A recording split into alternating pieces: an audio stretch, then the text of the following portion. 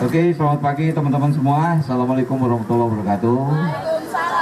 Salam sejahtera untuk kita semua. Ini hari kelima saya bekerja, semakin optimis Jakarta akan semakin menyala ini. Hari ini memang saya berkunjung ke MRT, saya ingin tahu perencanaan pengembangan seperti apa. Dan saya jujur agak tidak menyangka bahwa mereka jauh lebih cepat mempersiapkannya daripada tim transisi. Memang saya agak fokus tentang pekerjaan MRT yang menuju Harmoni sampai ke Ancol. Di situ ada beberapa, dalam arti kata bukan kendala besar, tapi misalnya masalah lahan, itu juga menjadi kendala. Tapi insya Allah akan bisa kita selesaikan. Nah juga hari ini Pak Sekda dan beberapa kepala dinas mendampingi saya untuk saya tahu apa permasalahan dan bisa segera kita hadapi bersama-sama. Kemudian nanti saya akan ke Balai Kota, saya akan naik busway untuk juga saya tahu permasalahannya apa. Mudah-mudahan kita bisa menyelesaikan semua permasalahan Jakarta dengan waktu yang cepat. Cepat nih barangkali mudah-mudahan dalam waktu 5 tahun progresnya akan terasa. Karena Pak Gub juga berharap periode 2025-2030 ini Jakarta bisa menurunkan menjadi kota global dari 74 menjadi ke 50. Nah jadi inilah langkah-langkah kita mempersiapkan Jakarta menjadi kota global yang berdasarkan Undang-Undang Nomor 2 Tahun 2024 bahwa Jakarta menjadi kota ekonomi nasional dan kota global. Inilah salah satu strategi yang harus kita siapkan. Bahkan nanti siang ini di Balai Kota kita rapat untuk perencanaan pengembangan selanjutnya. Mungkin itu yang bisa saya sampaikan. Silakan. Ya. Lia dari Radio Sonora tadi sepanjang perjalanan dari Lebak Bulus ke sini mungkin ada catatan khususnya baik itu dari sisi transportasi maupun mungkin pendukungnya seperti UMKM dan lain-lain seperti apa Pak Wagub?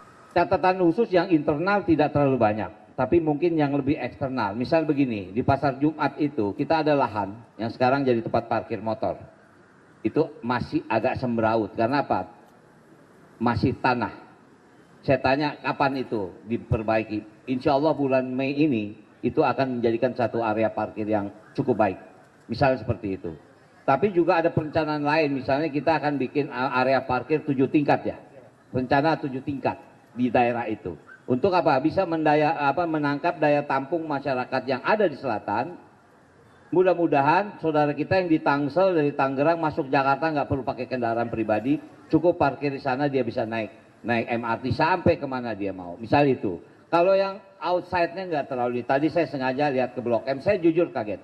Saya tahu tadi Blok M itu maaf bukan berarti kata dia sempat drop. Blok M itu kan drop karena ekonomi kan. Tapi sekarang dengan ada MRT bisa connect ke mall, sekarang meningkat lagi. Blok M Plaza ya, saya mendapat informasi bahkan kenaikannya sampai 4%, 4 kali lipat kenaikan pengunjungnya. Itu kan mengindikasikan bahwa MRT yang disebut TOD itu sangat bermanfaat buat Jakarta. Misal seperti itu. Kalau yang dalam-dalam, tadi saya sudah bicara juga sama Pak Dirut. Tadi ada yang bilang, Pak kadang-kadang tapnya suka ngadat gitu kan. Nah saya bilang tolong itu diperbaiki. Kemudian juga ada beberapa lift yang memang kita siapkan untuk saudara-saudara kita yang disabilitas. Mereka sangat perlu, tolong itu menjadi prioritas. Jadi yang kalau internalnya saya sudah tidak terlalu khawatir karena mereka punya master plan yang jauh lebih baik gitu loh. Itu mungkin. Ya. Ya.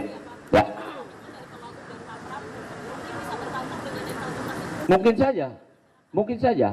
Saya bukan apa, ya mumpung di sini ada Pak Sekda, beliau berusaha menempatkan saya di rumah dinas, tapi rumah dinas belum jadi.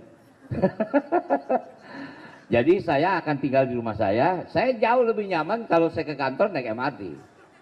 Saya naik dari Lebak Bulus, rumah saya di Lebak Bulus, saya turun di HI, ya mungkin mobil numpang dijemput sini saya ke Balai Kota. Jauh lebih enak buat saya. Tapi kadang-kadang memang tidak mungkin saya setiap hari karena di tengah perjalanan saya mampir juga ke tempat yang lain. Nah artinya bagi saya naik kendaraan umum di Jakarta ini jauh lebih nyaman. Lebih apa ya? Lebih tenang, tidak terlalu pusing kita dengan traffic. Mungkin itu. Pasti, mungkin seminggu sekali saya akan naik kendaraan umum, terutama MRT. Ya, oke. Ya, betul. Jadi kita memang akan menggratiskan kepada 15 golongan. Misalnya lansia, disabilitas, kemudian pemegang KJP, kemudian ya keluarga misalnya TNI, ABRI, Polri. Kemudian ada 15 golongan yang bisa menggunakan itu. Dan kita juga akan memperluas jaringan, misalnya kalau kemarin kan Transjakarta. Mas Group atau Mas Pram ingin Trans Jabodetabek, artinya kita jauhkan alurnya supaya masyarakat saudara kita yang ada di Bekasi, di Depok, di Tangerang kembali lagi datang ke Jakarta. Kita berharap tidak mereka pakai kendaraan pribadi, cukup dengan kendaraan umum yang ada di Jakarta. Mungkin itu. Ya, segera. Itu kita persiapkan. Karena itu masuk dalam program 100 hari. Gitu. Ya. Ya. Tadi waktu peninjauan sempat nyinggung ada panggung gitu, kayak panggung kreativitas itu apa itu buat... Iya, saya jujur mungkin karena jiwa budaya saya tadi minta izin sama Dirut MRT. Saya bilang saya minta izin anak-anak saya bisa performance di sini. Karena ya mungkin bukan saya meng-compare dengan di luar, tapi kalau di Eropa misalnya, MRT atau apa namanya itu menjadi lahan buat mereka mengekspresikan. Nah, saya sudah banyak ketemu dengan teman-teman sahabat seniman yang kebetulan punya sekolah musik misalnya kan. Nah, jadi nanti yang tampil di sini juga kita kurasi. Mereka harus tampil bagus, main juga bagus, sehingga buat mereka yang pertama tempat berlatih. Karena anak-anak kita ini mereka sekolah tapi dia memerlukan tempat berlatih. Nah, saya lihat ini cukup efektif. Untungnya tadi Direktur MRT mengizinkan. Bahkan sudah ada program itu ya. Rabu Jumat. Nah, mudah-mudahan Rabu Jumat kita lihat sore. Kita lihat. Itu di halte tertentu aja atau semua stasiun yang memungkinkan ya, yang memungkinkan gitu. Oke? Ya. Ada wacana untuk penghapusan yang Transjakarta Universitas memasuki lampu walaupun dibantu oleh Pemprov. Apakah nantinya akan dipulihkan lagi setelah di Kemana itu? Oh, yang bersentuhan. Itu daerah Blok M ya. Itu nanti kebijakan kita akan pelajari lagi. Oke. soal penutupan Cililitan Ancol itu gimana kalau ke 5D Pak? Soalnya ada penutupan. Sementara kan sebenarnya dari Cililitan Ancol itu cukup banyak Pak. Nanti coba kita pelajari. Ya, saya senang nih dapat informasi ini. Jadi saya alhamdulillah mereka dengar juga kan. Nanti saya akan tanyaan nih permasalahannya apa. Tapi memang mungkin begini, ini kan ada sentuhan, ada MRT, ada busway misalnya kan. Kita kalkulasi coba mana yang lebih ini. Tentu kalau masyarakat mau dalam arti kata tentu yang murah kan. Nah ini kita compare. Kalau kita tutup ini kira-kira masyarakat ini akan pindah nggak ke sini. Kalau memang tidak terjadi mitigasi, kita akan teruskan. Artinya kepentingan masyarakat jauh lebih kita utamakan.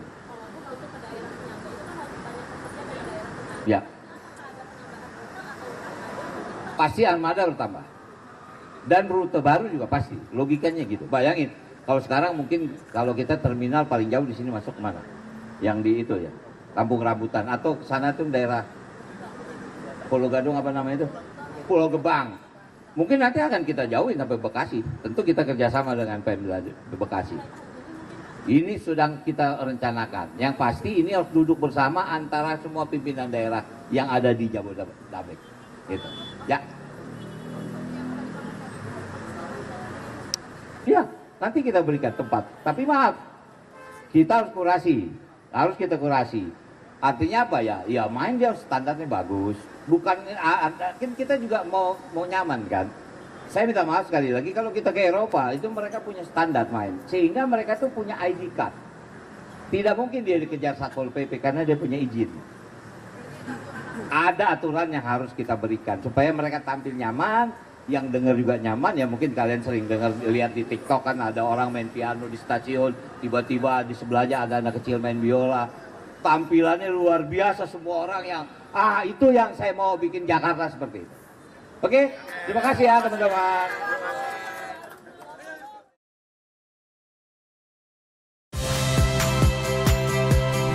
Saya Rahmat Ibrahim.